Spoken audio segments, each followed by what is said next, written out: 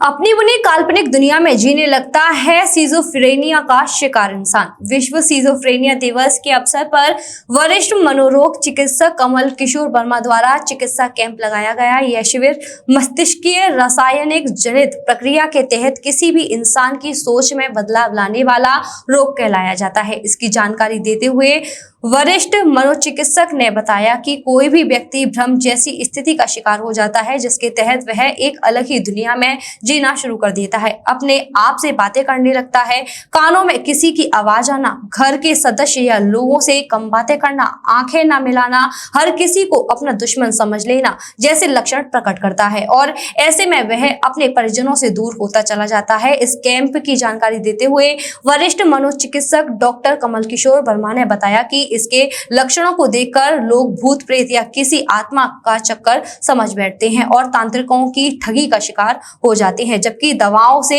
ऐसा व्यक्ति पूरी तरह से ठीक हो सकता है। आज विश्व सिजोफ्रेनिया डे है और एज ए मनोचिकित्सक के रूप में मैं जानना चाहूँगा कि आज किस प्रकार के मरीज यहाँ आए।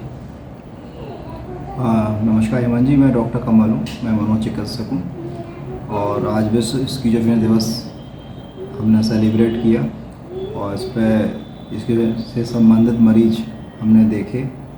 उसमें हमने मरीजों को जागरूक किया। इसमें बीमारी के लक्षण जैसे कि अपने आप से बातें करना, बड़बड़ाना, हंसना, मुस्कुराना, बेवजह शक करना, उल्टी सीधी बातें करना, कानों में आवाज़ें आना या कुछ दिखाई देना या कुछ ऐसे शक वहम है ना, इस तरह की भ्रांतियाँ डेवलप होना, उसके बारे में चर्चा करी और मरीजों को और उनके घर वालों को हमने जागरूक किया कि मरीजों को कैसे उनको आप सहायता कर सकते हैं, उनका इलाज कैसे कराना है, उसके बारे में हमने डिस्कशन किया मरीजों के साथ, उनको दवा भी दी और झाड़ फूँक के बारे में बताया कि वो सब उसको नहीं कराना है। इस दिवस पर हमने मरीजों को कुछ फ्री दवाइयाँ भी हमने वितरित की, सैंपल की दवाइयाँ थी हमारे पास, वो भी हमने उनको दी और फीस में भी हमने काफ़ी उनको कंसेशन दिया। मरीज भी काफ़ी खुश थे इससे, तो ये मैंने दिवस मनाया आज। तो ये लक्षण किस प्रकार से होते हैं और क्या इसका निदान अगर शुरुआती दौर हो तो किस प्रकार से किया जा सकता है? इसका जो मतलब शुरुआती दौर है, इसमें मतलब इसका इलाज हमें बहुत जल्दी से शुरुआत करनी चाहिए। अगर अवस्था अगर लेट जितना होती जाएगी उतना बीमारी गंभीर रूप ले लेती है। इसमें फिर इंसान आगे चल के जैसे अपनी केयर करना छोड़ देता है, अपने मतलब कपड़े फाड़ देना या सड़कों पर घूमते रहना, दाढ़ी बढ़ा लेना है ना, और ईंट पत्थर मारना, इस तरीके की आगे चल के अवस्था हो सकती है। तो अगर शुरुआती प्रारंभिक रूप में अगर उसका इलाज शुरू करें, दवाई जैसे अपने एंटीसाइकोटिक दवाइयाँ हैं, तो ये बीमारी जल्दी काबू में आ जाती है और अपना मरीज अपना जीवन जी सकता है, नॉर्मल तरीके से आम व्यक्ति जीता है और ये बीमारी ठीक हो जाती है और दवा सेफ़ होती हैं, कोई साइड इफ़ेक्ट नहीं होता। मरीजों को हमने साइड इफ़ेक्ट्स के बारे में भी बताया कि बहुत से लोगों को ऐसा लगता है कि इसे कोई लीवर किडनी ख़राब हो जाएगा, इसलिए वो दवाई खिलाना नहीं चाहते, तो वो भी हमने बताया कि इसका कोई साइड इफ़ेक्ट, कोई दुष्प्रभाव नहीं है।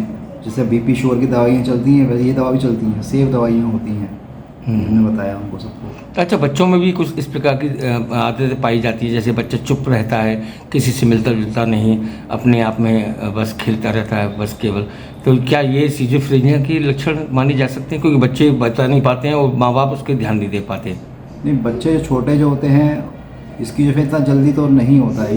जो इसका अर्ली ऑनसेट अगर हम देख के चलें 10 साल के बाद ही हम इसको लेके चलते हैं जी। 10 साल से पहले की जो अवस्थाएं होती हैं और बच्चा तो चुप रहता है, घुलता मिलता नहीं है, आंखें नहीं मिलाता है, तो अलग बीमारियां भी बच्चों की होती हैं, जैसे कि ऑटिज्म एक बीमारी है जी। ऑटिज्म में बच्चा ऐसा होता है कि वो चुप रहता है, एकदम से सेल्फ एब्जॉर्ब बिहेवियर, कोई चेहरे में मुस्कान ना होना, आंखें ना मिलाना और लोगों से मिलना जुलना नहीं, एक अलग थलग कोने बैठे रहना, वो थोड़ा अलग रहता है। तो इतना जल्दी इसको नहीं होता, यूजुअली 10 साल से ऊपर में अगर जल्दी अगर होना होगा 10 साल से आसपास हो जाता है।